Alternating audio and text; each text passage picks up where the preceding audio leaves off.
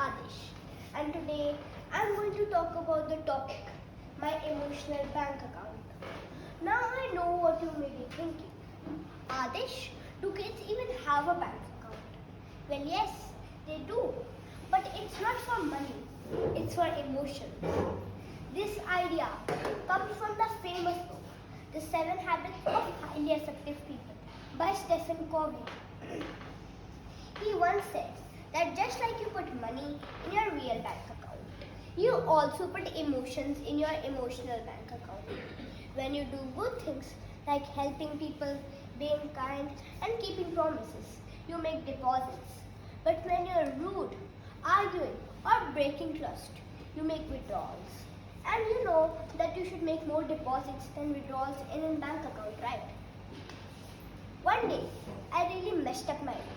Toys everywhere, books on the floor, and clothes on the chair.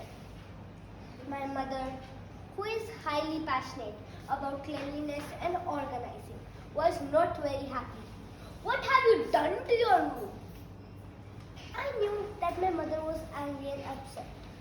And honestly, I felt bad too. So I went in my room, sat quietly, and thought, how do I fix this? The next morning, when my father was dropping me to the school bus, he knew that I was sad. So he asked, what happened, Adu? So I told him about the messy room and Mama getting upset. He smiled and said, let me tell you an interesting thought. It is the emotional bank account. He read it in a book and wanted me to understand. The idea was so amazing that I said, let's use this for my next speech topic. He laughed and said, okay, but on one condition. Remember to clean your room next time. So he told me to make a list of deposits and withdrawals from my own life. And today I am going to share some of them with you. One day, when my mother was busy with my cute sister, I cleaned my entire room. I folded my clothes, arranged my toys, and made my bed. My mother's face lit up. This makes me so happy. Yeah, that was a deposit. But not all days are deposit days. One summer, I had a big fight with my sister. We argued, shouted, and both of us became upset. I was very rude that day. That was a withdrawal.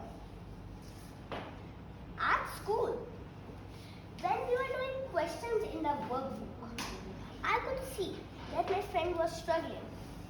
He looked sad and worried. So I sat next to him, explained, and helped him finish. When he said thank you, I felt rich inside. Another deposit. Although, when I was playing with my sister, and we were on the bed, and you know we have side tables, and on the side table there was a glass kept.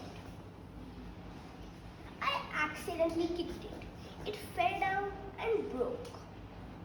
I did not do anything intentionally. My parents still scolded me. I don't know why. That was a withdrawal from their side because the accident I did was not intentional.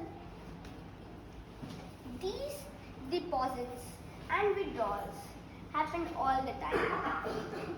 At school, at home, with friends, and in future when we work with people. But now that you know about deposits and withdrawals, you can be a little more kind, more aware, and more loving in relationships. So let's start by making few deposits every day. A thank you, a smile, keeping promises, and let's try to reduce withdrawals like arguing, shouting, or breaking trust. Because the happier we are in our emotional bank account, the happier we live. Thank you.